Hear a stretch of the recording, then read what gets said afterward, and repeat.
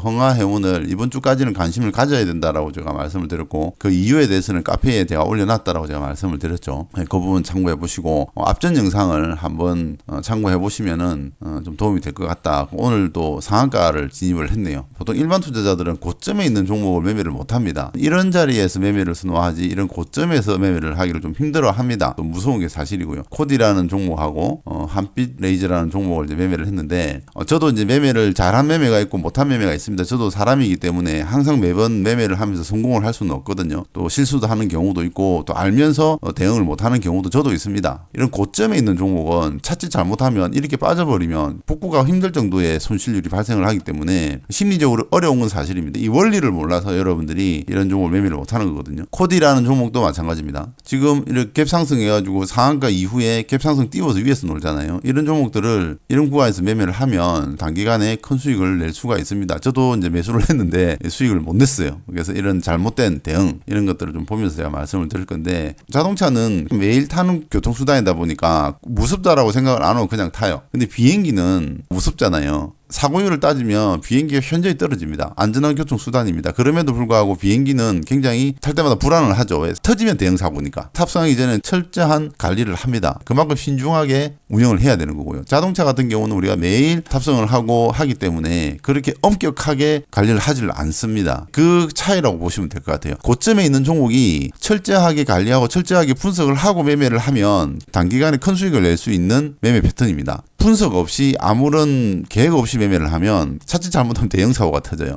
그런 것처럼 이런 고점에 있는 종목을 매매할 때는 좀 명확하게 분석을 하고 대응을 하고 재료도 확실하게 찾아보고 매매를 해야 돼요. 바닥권에 있는 종목들은 그냥 직장인분들이나 초보자분들이 그냥 분할로 사서 반등 주면 팔고 이렇게 대응을 할 수 있는 종목이거든요. 한빛 레이저라는 종목을 이 구간에서 3년상이 갔습니다. 신규 상장주인데 상한가를 3번 하고 고점에서 물렸는데, 여기서 이제 분할 매수로 들어갔다가 수익은 내고는 나왔습니다. 근데 분차트로 들어가서 보면 좀 잘못된 매매예요. 그리고 코디도 보면 종가에 들어갔다가 거진 바로 팔아버렸어요. 분차트를 보면서 제가 좀 설명을 드릴 건데, 지금 보시면은 이게 이제 3년상이 가고 난 자리에서 제가 매매를 한 거거든요. 고점에서 이제 매수가 들어갔는데 여기가 결국은 잘못된 매수 자리가 되는 거죠. 그리고 여기서도 매수를 하고 수익권으로 전환을 했는데도 매도를 안 했습니다. 이렇게 한 번 더 위로 간다라고 생각을 하고요. 그리고 여기서 또 매수를 하고 또 종가 부분에서도 매수를 했습니다. 총 4번에 걸쳐가지고 매수를 했고, 당일날 아침에도 수익권으로 전환이 됐는데도 제가 매도를 안 했어요. 욕심을 부린 거죠. 여기서 조금 정리를 하고 밑에서 잡아야 되는데 더 간다라고만 생각을 하고 매도를 안 했습니다. 이 부분이 이제 지나고 나서 결과론적이지만 이런 구간에서 분할 매수를 했으면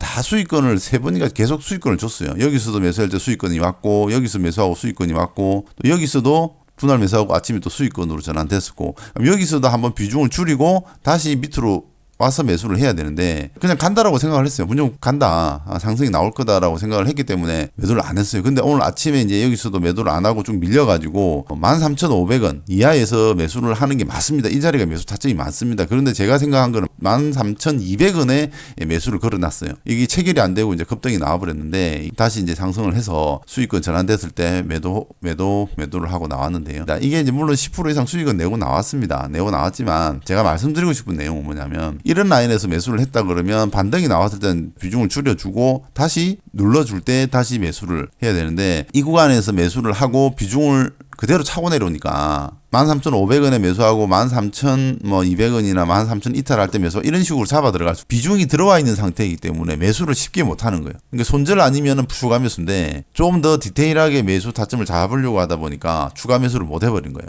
또 급등이 나와버리고 이런 상황인데, 이건 어쩔 수가 없습니다. 여러분들이 만약에 매매를 했다면 나는 여기서 굳이 추가 매수 했을 거야 라고 하실 수도 있는 부분이거든요. 지나고 나서 결과론적으로 보면 이 구간에서 대응이 좀 잘못됐다, 여기서 물량을 좀 덜어내고 여기서 추가 매수를 했어야 되는 건데, 평상시는 제가 그렇게 합니다.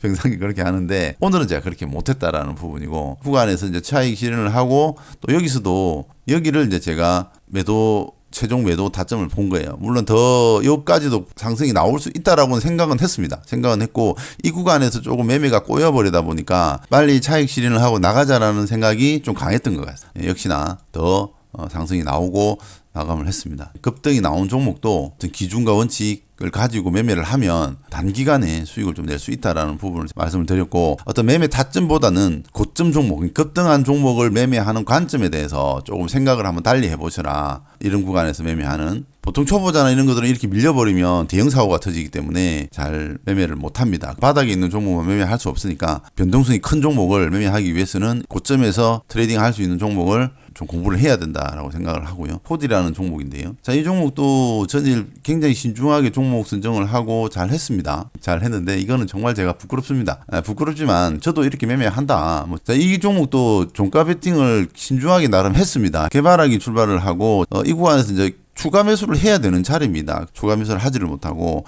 반등 나왔을 때 매수를 하면서도 이거 급등 나오는데 생각은 하면서 제가 매도를 밀리면 한 번 더 보겠다. 오늘 로봇주들이 아침에 또 강하게 붙었기 때문에 그쪽으로 또 수급이 들어갈 수 있었고, 이런 라인들, 일봉의 흐름이나 고점 이런 라인에서 매매를 하는 거를 너무 두려워하지 마라. 이런 식으로 이제 고점에서 매매를 하면 오늘 이 종목이 급등이 얼마나 나왔습니까? 29% 상한가 가까이 나왔거든요. 빛 레이저도 마찬가지지만 이 종목도 고점에서 25% 파동이 나왔습니다. 그리고 코디도 20% 상한가 언저리 파동이 나왔고요. 흥하여운도 여러분들이 생각할 때는 약간 고점 라인이죠. 이 라인에서 또 상한가 언저리 나왔고요. 단기간에 큰 수익을 낼 수 있는 건 어딜까요?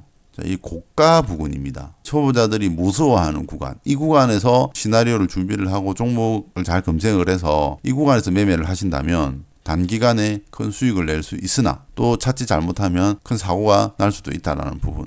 저점형 패턴을 매매를 하면 이거는 시간과의 싸움입니다. 시간을 좀 기다린다. 물론 사자마자 바로 가는 경우도 있지만 그 타이밍을 잡기는 정말 쉽지는 않아요. 그래서 고점형 패턴과 바닥형 패턴에서 여러분들이 개념을 잡으시고 주식 경험이 조금 쌓였다 그러면 너무 고점 패턴에 대해서 너무 무서워하지 마셔라. 이 말을 좀 해드리고 싶어서 오늘 이 영상을 찍게 됩니다. 흥하여운의 카페에 제가 올려놨다라고 제가 말씀을 드렸죠. 일정이라고 있죠. 제가 8일날 올려드렸습니다. 저번 주 일주일 전에 제가 올려드린 일정인데 여기 일정에 들어가시면 수혜주 운항 운송료 15% 인상 일주일 전에 올려드린 겁니다. 흥하해운이 돼서 수혜를 받을 수 있다라고 나온 거죠. 얘들은 이런 호재를 가지고 작업을 했던 것 같아요. 뭐 정확한 건 아니지만 이 일정이 이미 나왔기 때문에 1월달 초에 나왔기 때문에 이 재료를 가지고 흥하해운을 아마 작업을 한 것 같아요. 근데 또 중동 해운 리스크가 또 터졌죠. 당일 후티반군 공습 소식이 또 나오면서 강하게 상승이 나왔습니다.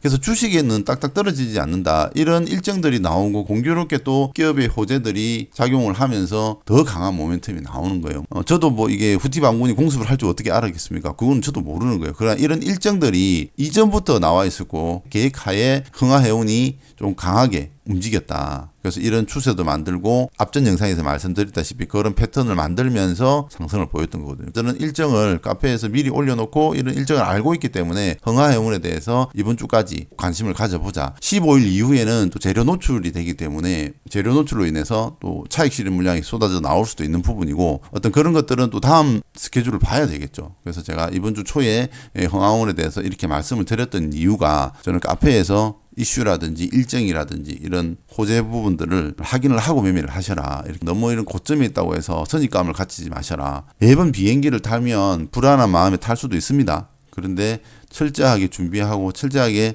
또 관리를 하기 때문에 또 그만큼 안전한 교통수단이 될 수도 있는 거다라는 생각의 전환도 좀 필요하다라고 생각이 들고요. 종목 선정에는 틀리지 않았다. 그 정도만 생각을 하고 위안을 삼고 그냥 마무리를 할까 합니다. 그래서 저도 항상 매번 성공적인 매매만 하는 건 아니다. 이렇게 빠졌으면 또 손절도 해야 되는 부분들이고요. 결국 뭐 잘한 매매는 아니지만 또 매매에 있어서 어떤 선입감을 걷어내시고 고점에 있는 종목들도 단기간에 큰 수익을 낼 수 있다. 고점에 있는 종목을 트레이딩을 하기 위해서는 철저한 분석이 필요하고 대응을 할 줄 알아야 된다라는 부분을 꼭 지키면서 한번 관심을 가져보시기를 바랍니다. 오늘 영상은 여기까지 하도록 하겠습니다.